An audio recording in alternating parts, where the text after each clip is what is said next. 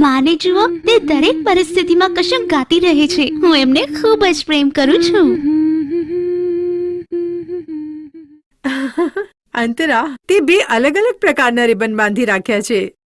હા માં, મને બંને રંગ ગમે છે, એટલા માટે મેં બંનેને એકસાથે પહેર્યા છે. ઠીક છે, જેવું પણ તને ગમતું હોય. ચાલો પોતાનું લંચ બોક્સ લો.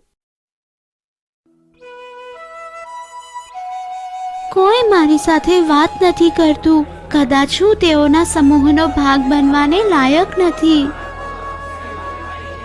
બધા પાસે સુંદર સુંદર ટિફિન છે અને બધા સાથે જમે છે. કોઈ પણ પોતાનું ખાવાનું મારી સાથે આપલે નથી કરતું. મને બહુ એકલવાયું લાગે છે. એ અંતરા, શું તું મારી સાથે બહાર આંટો મારવા આવીશ? શું તું ઠીક છે બેટા? મેં જોયું કે તું થોડીક મૂંઝાયેલી છે. બધું ઠીક છે ને? મારે કોઈ દોસ્ત નથી. હું પોતાની જાતને બહુ એકલવાઈ અનુભવું છું. જ્યારે પણ હું એ બધાને એકબીજાની સાથે વાત કરતા, રમતા અને ગીત ગાતા સાંભળું છું, મને લાગે છે હું સમૂહનો ભાગ નહીં બની શકું. કોઈ મને પોતાની આસપાસ નથી જોવા ઈચ્છતું. કોઈ પણ મારી સાથે વાત નથી કરતું. કોઈ મારી સાથે પોતાનું ટિફિન વહેંચતું નથી. હું લંચ બ્રેક દરમિયાન હંમેશા એકલી જ જમું છું. અંતરા, મને ગર્વ છે કે તે પોતાના મનોભાવોને વ્યક્ત કર્યા. તારી માએ પૌષ્ટિક ભોજન આપ્યું છે, જે એક સુંદર ટિફિન કરતા ક્યાંય વધારે સારું છે. હું સમજી શકું છું કે ઘણીવાર આ તારા માટે ઘણું કપરું હોય છે, પણ તારામાં એવી પરિસ્થિતિઓમાં પણ સકારાત્મક રીતથી કામ કરવાની ક્ષમતા છે. તું એકલી નથી. તું પોતાની ચૂંટેલી રીતોથી આવા મનોભાવોની સાથે પાર પાડી શકે છે. મારી માં કહે છે કે જ્યારે પણ ક્યારેય હું પોતાની ભાવનાઓને નિયંત્રિત ન કરી શકું તો આ ગીત ગાઉં અને આનાથી મને રાહત મળે છે. ઓહ, એટલા માટે તું ખૂણામાં બેસીને આ ધૂન ગણગણી રહી હતી.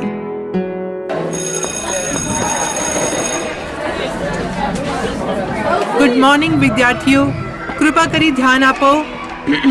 ગુડ મોર્નિંગ વિદ્યાર્થીઓ, કૃપા કરી ધ્યાન આપો.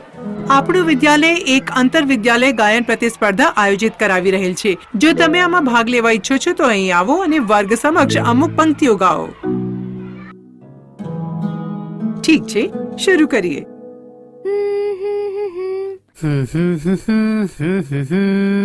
સારો પ્રયાસ વિદ્યાર્થીઓ. બીજું કોઈ? અંતરા, શું તું વર્ગને પોતાની પ્રતિભા દેખાડવા ઈચ્છીશ? હા, જરા એને વાળ તો જુઓ. આ બે અલગ અલગ કલરના રિબન બાંધ્યા છે.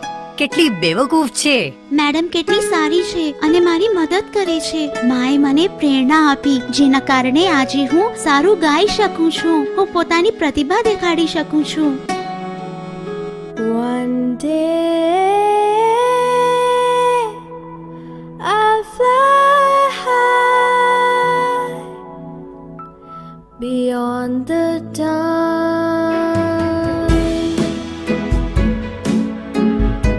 અંતરાએ પોતાના પડકાર રૂપ મનોભાવોને નિયંત્રિત કર્યા. જે રીતે તે પોતાની વર્ગની સન્મુખ ઊભી થઈ હતી, એ જ ઉર્જા સાથે ફરીથી તે આંતર વિદ્યાલય ગાયન પ્રતિસ્પર્ધામાં પોતાની કળા દર્શાવવા તૈયાર છે. One day વાહ, આ છોકરીનો કેટલો સરસ અવાજ છે. મને તો તેનું ગાયન ખૂબ જ પસંદ આવ્યું. આ અમારી દીકરી છે. beyond the time. આંતર વિદ્યાલય ગાયન પ્રતિસ્પર્ધાનો પ્રથમ પુરસ્કાર આપવામાં આવે છે અંતરાને.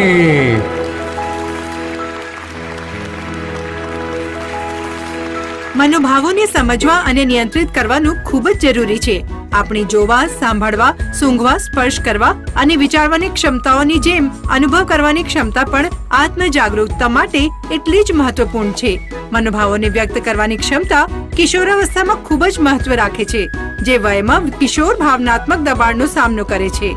હંમેશા યાદ રાખો, તમે એકલા નથી અને તમારે પોતાની ભાવનાઓ બીજાની સાથે આપ-લે કરવી જોઈએ. તમારી અંદર પ્રેમ અને સહયોગની ભાવના છે અને તમારું માનસિક સ્વાસ્થ્ય અને ભાવનાત્મક મનોબળ ખૂબ મહત્વ રાખે છે.